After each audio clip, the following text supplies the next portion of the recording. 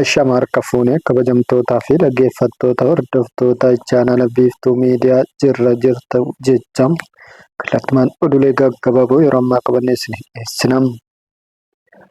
Oduulee yeroo ammaa isinii dhiyeessinu waraana baha jiddu galeessaa keessatti deemaa jiru irratti waraanni Israa'el fi Iraan akkuma itti fufetti jiram. Iraan aleellaa eegaltee jirti. Guyyaa shanaffaadhaaf kan itti fufte yoo ta'u, waraanni Israa'el humna ittisaa Iraan irratti xiyyeeffatee haleelaa kan jiru yoo ta'u, Tiraamp Alii Kaaminiin eessa akka jiru iddoo isaa ni beekna jechuudhaan turuu sooshaal miidiyaa jedhamu irratti maxxansee jira.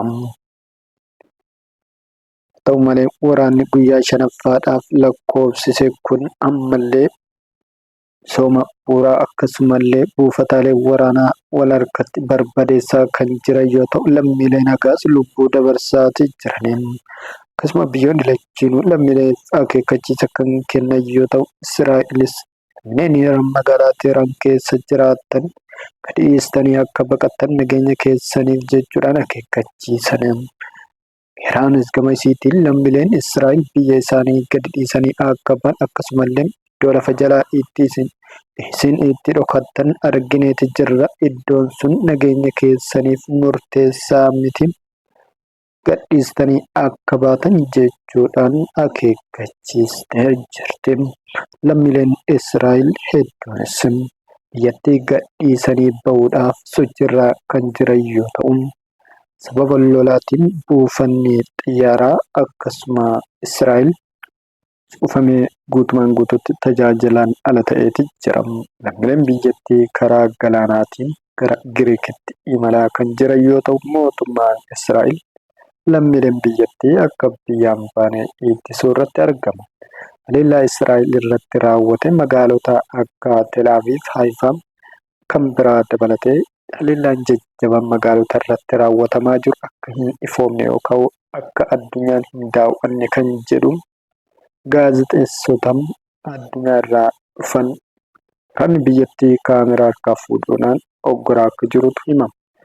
Yeroo waraanni Israa'el kaameraa harkaa fuudhu viidiyooleen argisiisanis ni mul'ata. Haleellaa Iraan Israa'el irratti geggeessitu kallattiidhaanis ta'e al-kallattiidhaan lammiileen biyyattii viidiyoos ta'e suuraa akka maxxansine mootummaan Israa'el cimsee akeekkachiiseeti jira. Garuu haleellaan jajjabaan Israa'el irratti raawwatame magaalota Israa'el kan barbadeesse yoo ta'u, magaalonni barbadaa'an Gaazaa fakkaachaa jiran jechuudhaan lammiileen Israa'el hedduun miidiyaa irratti maxxansaati jiru. Gama biraatiin buufata waraanaa niikuleeraa Iraan Israa'el barbadeessuu akka hin dandeenyetu dubbatamaa jira. Kanaafis meeshaa cimaa ittiin barbadeessuu waan hin qabneef deeggarsa Ameerikaa irraa barbaadaati jirti. Meeshaan kun Ameerikaa biratti kan argamu yoo ta'u, Ameerikaanis waraana kanatti hirmaachuudhaaf dhiibbaa godhaa kan jirtu yoo ta'u, Tiraamp guyyatti yeroo 2 deddeebi'ee dhiyaa isaa irratti waa babarreessuu itti fufeeti jira. Barreeffama isaa kanaan yeroo tokko ammoo Ameerikaan keessa hin jirtu yoo takka ture ammoo Ameerikaanis hirmaattee jirti. Samii Iraan guutumaan guututti to'anneeti jirra jechuudhaan dubbata. Yeroo tokko ammoo Alii Kaaminii akka inni itti dhokatanii beekna ajjeesuus ni dandeenya. Garuu ajjeesuun barbaannu jechuudhaan yoo dubbatu kun dubbii faallaa namatti galuudha.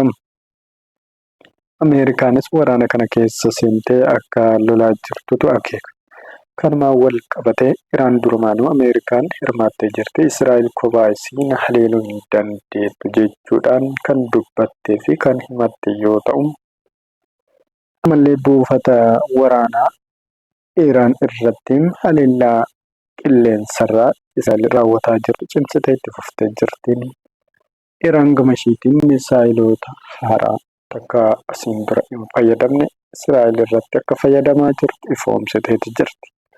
Misaayiloonni Iraan kun addunyaa kan rifatan yoo ta'u, sababni isaa humna ittisaa biyyoota gara 7 dabruudhaan Israa'el irratti haleellaa barbadeessaa raawwataa kan jiru yoo ta'u, biyyoonni Israa'eliin ittisaa jiran meeshaa Ayirandoom jedhamu kan Israa'elii akkasumallee Deevid Sling kan jedhamu akkasuma kan Ameerikaa Taad kan jedhamu fi kan Faransaay Jaarmaan akkasuma biyyoota biraa Ingiliz dabalatee Israa'eliin ittisaa jiran. Garuu immoo haleellaa Iraan jalaa baraaruu hin dandeenye. Misaa'iloonni Iraan haleellaa kana haala gaariidhaan bakka itti aggaamame rukutaa akka jiranii fi rukuttaa kanaan illee miidhaa jajjabaa qaqqabsiisaa kan jiran ta'utu mul'ata. Kanuma wal qabatee Ameerikaan gara waraanaatti seenuudhaaf meeshaalee waraanaa gurguddaa doonii galaanaa kan xiyyaarota waraanaa 200 ol baachuu dandeessu. Galaana Chaayinaa irraa gara ba'a jiddu galeessaatti imalchiisuu jalqabsiisteeti jirti.